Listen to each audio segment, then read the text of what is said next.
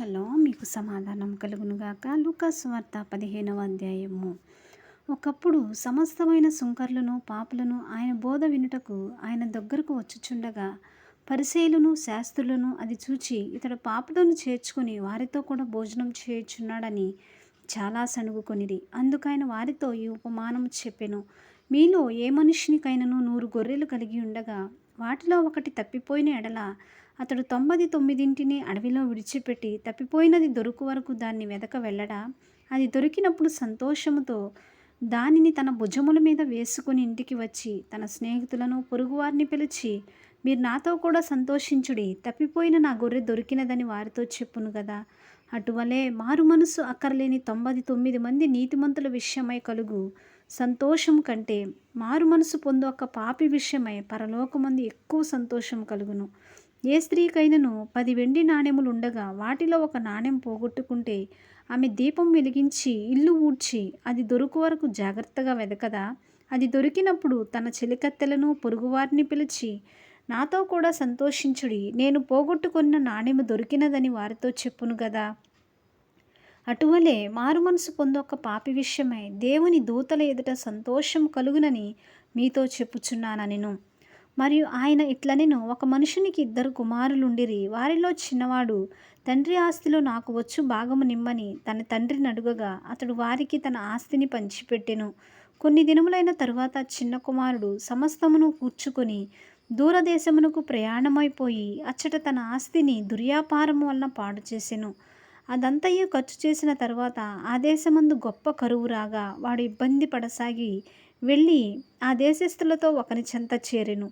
అతడు పందులను మేపుటకు తన పొలములోనికి వాణ్ణి పంపెను. వాడు పందులు తిను పొట్టుతో తన కడుపు నింపుకొన ఆశపడిను గాని ఎవడునూ వానికి ఏమీయూ ఇయ్యలేదు.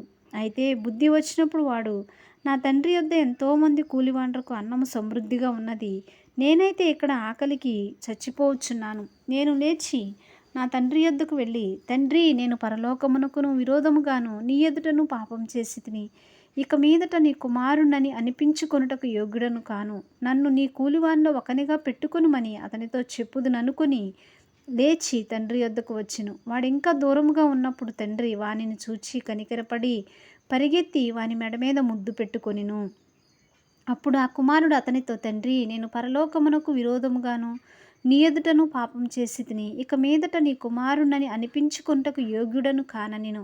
అయితే తండ్రి తన దాసులను చూచి, ప్రశస్త వస్త్రం త్వరగా తెచ్చి వీనికి కట్టి వీని చేతికి ఉంగరము పెట్టి పాదములకు చెప్పులు తొడిగించుడి, క్రొవ్విన పశువును తెచ్చి వధించుడి, మనం తిని సంతోషపడుదుము.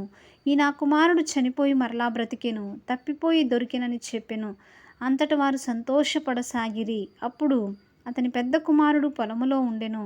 వాడు పొలములో నుండి వచ్చుచు ఇంటి దగ్గరకు రాగా వాద్యములను నాట్యములను జరుగుట విని దాసులలో ఒకని పిలిచి ఇవి ఏమిటని అడుగగా ఆ దాసుడు అతనితో, నీ తమ్ముడు వచ్చి ఉన్నాడు, అతడు తన యొద్దకు సురక్షితంగా వచ్చినందున నీ తండ్రి క్రొవ్విన పశువును వధించెననెను. అయితే అతడు కోపపడి లోపలికి వెళ్ళనొల్లకపోయెను కనుక అతని తండ్రి వెలుపలికి వచ్చి లోపలికి రమ్మని బతిమాలుకొనెను. అందుకతడు తన తండ్రితో, ఇదిగో, ఇన్నేండ్ల నుండి నిన్ను సేవించుచున్నానే, నీ ఆజ్ఞను నేను ఎన్నడూనూ మీరలేదే. అయినను నా స్నేహితులతో సంతోషపడునట్లు నీవు నాకెన్నడూనూ ఒక మేకపిల్లనైనను ఇయ్యలేదు. అయితే నీ ఆస్తిని వేశ్యలతో తినివేసిన ఈ నీ కుమారుడు రాగానే వీని కొరకు క్రొవ్విన పశువును వధించితివని చెప్పెను. అందుకతడు, కుమారుడా, నీవెల్లప్పుడూ నాతో కూడా ఉన్నావు, నావన్నీయు నీవి, మనం సంతోషపడి ఆనందించుట యుక్తమే. ఈ నీ తమ్ముడు చనిపోయి తిరిగి బ్రతికెను, తప్పిపోయి దొరికెనని అతనితో చెప్పెను. ఆమేన్. దేవుడి వాక్యాన్ని